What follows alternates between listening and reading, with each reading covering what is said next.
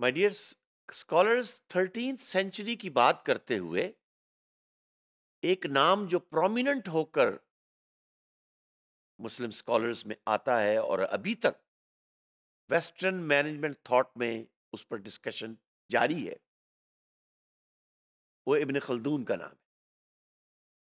और खास तौर पर इब्न खल्दून का लिखा हुआ मुकद्दमा सोशियोलॉजी की किताबों में, ऑर्गेनाइजेशन बिहेवियर की किताबों में, लीडरशिप की थ्योरीज में और मैनेजमेंट के प्रिंसिपल्स में, और ऑफ कोर्स एंटरप्रेन्योरशिप और मार्केटिंग के पर्सपेक्टिव में आज भी पढ़ा जाता है। तो आज इस मॉड्यूल में let's focus on Ibn Khaldun and see what are his thoughts and how it is still being researched and looked into to find future thoughts.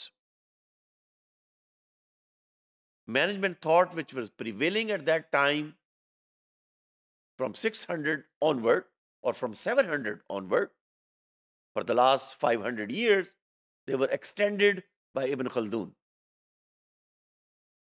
As I said, he wrote Muqaddama.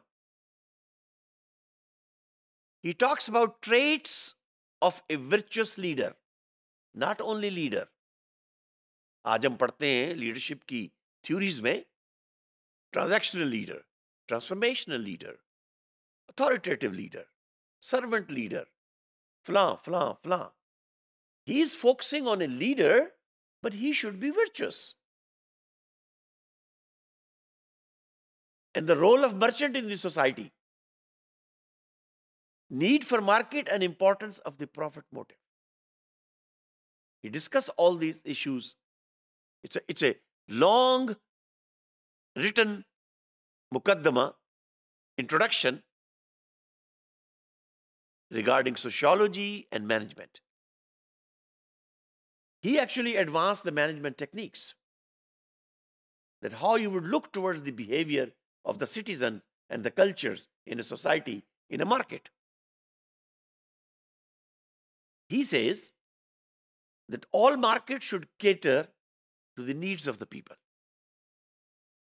They should cater to the needs of the people. They should not exploit the needs of the people. दोनों में फर्क है.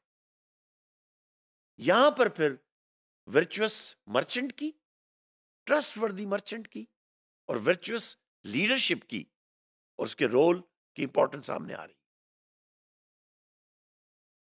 He offered a theory of supply and demand. ये supply and demand का जो economic principal है, ये waste का दिया हुआ नहीं है. वेस्ट ने उसको अडॉप्ट किया उस नॉलेज ट्रेजरर से जो उनको अरेबियन पेनिनसुला से मिला, via Spain, via Qurtuba, via गरनाता.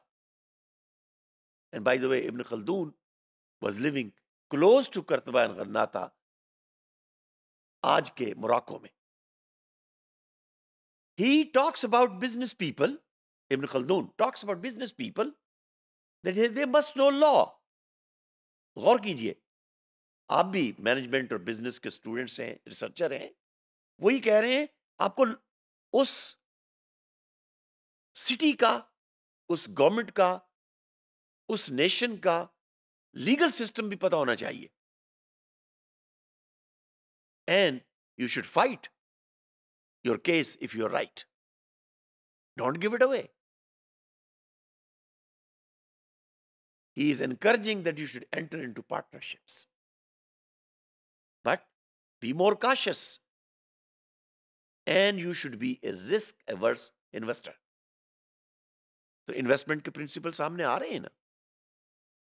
Partnership का कॉन्सेप्ट है. He favors long distance trade, especially in luxury goods. और लग्जरी गुड्स के साथ जो प्रॉफिट अटैच होता है वो भी जरा देख लीजिए.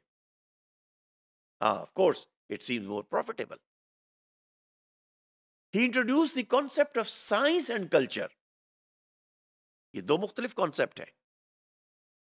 How the culture influences the science. इसको पढ़िए आप फिर फिलॉसफी के अंदर, कि जहां से फिर मुख्तलिफ रिसर्च की फिलॉसफीज इमर्ज होती हैं। ये क्वांटिटेटिव और क्वालिटेटिव पैराडाइम्स का जो कॉन्सेप्ट डेवलप होता है, सब्जेक्टिव और ऑब्जेक्टिव ओपिनियन की बात सामने आती है। कल्चर डिफरेंट होंगे तो किसी कल्चर में ऑब्जेक्टिव ओपिनियन होगी, किसी कल्चर में सब्जेक्टिव प्रिवेल करेगा। And he gave the concept of the formal and informal organizations. Family is an informal organization. Church, temple, and a mosque is an informal organization. University and a hospital is a formal organization. इसी को आगे चल के sociology में फिर institution के concept से relate किया गया। प्रोफेसर नॉर्थ की थ्योरी इसी पे डेवलप हुई और वो फॉर्मल इंस्टीट्यूशन और इनफॉर्मल इंस्टीट्यूशन की बात करते हैं। और इसी की बेस पर प्रोफेसर ऑसवाल्ड, जिनको इकोनॉमिक्स का नोबेल प्राइज मिला, आईएडी थ्योरी उसने डेवलप की। बहरहाल इसका भी वक्त आएगा बाद में, जब हम 19th सेंचुरी और 20th सेंचुरी की बात करेंगे और मैनेजमेंट प्रिंसिपल्स आएंगे तो उसकी हम डिस्कशन करेंगे। फिलहाल तो हम ये लर्न कर रहे हैं कि Ibn Khaldun teachings are still being studied in the Western management thought.